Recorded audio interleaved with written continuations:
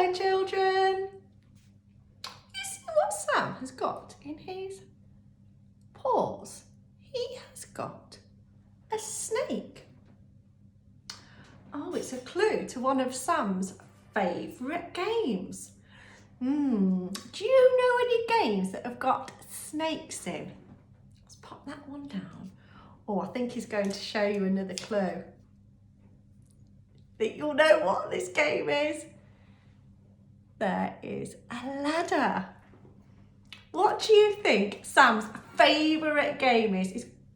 Yes, he's got lots of favourite games, but this game is one of his favourites. Have a chat to your grown-up. What do you think Sam's favourite game is?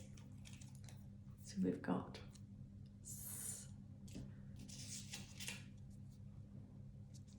what do you think it is? He said, you're right. He loves snakes and ladders. And for our topic this term, we have been talking all about toys. So today, what we're going to be doing is we are going to be having a look at snakes and ladders, a little bit of the history of snakes and ladders, how snakes and ladders has changed over time, and then you're going to make your very own snakes and ladders at home. So carry on watching and I'm going to show you a little video about snakes and ladders. You're excited, are you, Sam? He's excited. Snakes and ladders was invented in ancient India in the 13th century, 721 years ago. It was called Moksha Patam, and the poet Gyandev invented snakes and ladders. Snakes and ladders has changed over the years. It came to England in 1892. Some of the snake designs were changed because children found them a little bit scary. You can see how we've got now superhero snakes and ladders. We have even got some unicorn snakes and ladders. And also we have got some snakes and ladders with words on. So lots of different designs and really, really colourful. So children, we're going to have a look now at making our very own snakes and ladders game so that you can play this at home. So on our grid, grown-ups, you will have seen that there is 100 square grid.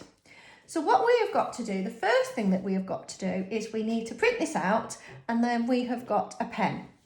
Now children, I know that you are really, really good at filling in the numbers 1 to 100 on your 100 square grids because you've been practicing that in maths.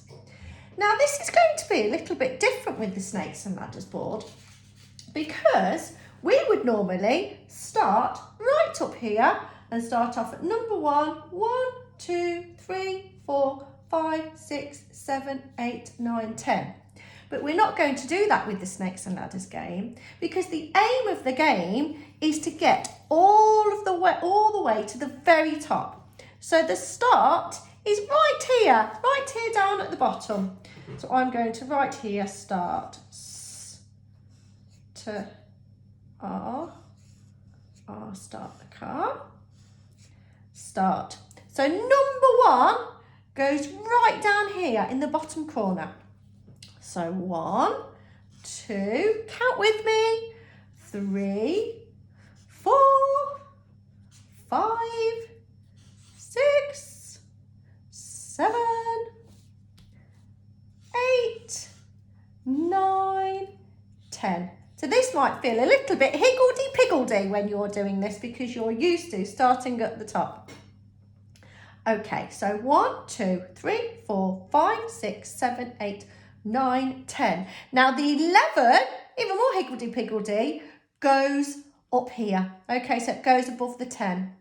11, 12, 13. So it feels like you're writing backwards. 14, 15, 16, 17, 18, 19, 20. Now we've got to go back the other way. So I'm going to start off at 21. I'll carry on doing this and I'll come back when it's finished. I have completed this now. here is the start, and it goes all the way up to 100. All the way up to 100. The first one to 100 is the one that wins. So that will be your job to complete it to 100. It feels ever so strange because you're going forwards and backwards and you're going up instead of starting right at the top. So don't worry if you find it a little bit strange, and your adult might need to help you with that, and that's absolutely fine. Now, the next thing that we're going to need is a dice. So you might not have a dice at home. I haven't got a dice in my house either. What I have got is an iPad, or you could use your phone, and you get a virtual dice. So you can click on the dice and it's landed on 1. Click on it again and it's landed on 2. Click on it again and it lands on 3. So it lands on all different numbers. And there's a link to this virtual dice that rolls, and that is on our link. So that's on our plan. So if you've got an iPad or if you've got a phone, you can click on the link and you have a virtual dice, just like that. The other thing that you could do, if you haven't got a dice, if you wanted to, is you can write the numbers 1 to 6, 1, 2, 3, 4, 5, 6. And you could fold them all up, and then you could either put them in a cup or in a bowl or in a bag, and then you can pick the numbers out at random. You just need to make sure you have to put the pieces of paper back in to the cup once you've used them. That way you'll always have the numbers 1 to 6 in, and you just never know which one you're going to pick out. If you don't want to do that, you didn't want to use paper and write it down and fold them up, the other thing that we have done is we have actually put one of these on the planning, and there's a dice that you could print off and that you could make. So you will need some scissors and some glue with that, and that will be making a cube. So it'll be good practice making a cube.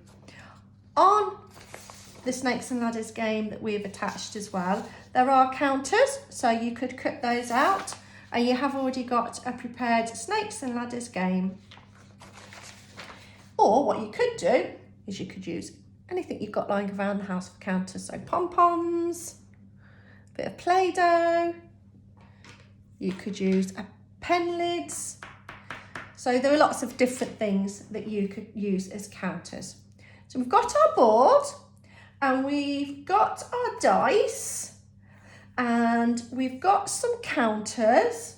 So the next thing that we need to do is we need to make some snakes and ladders for our game.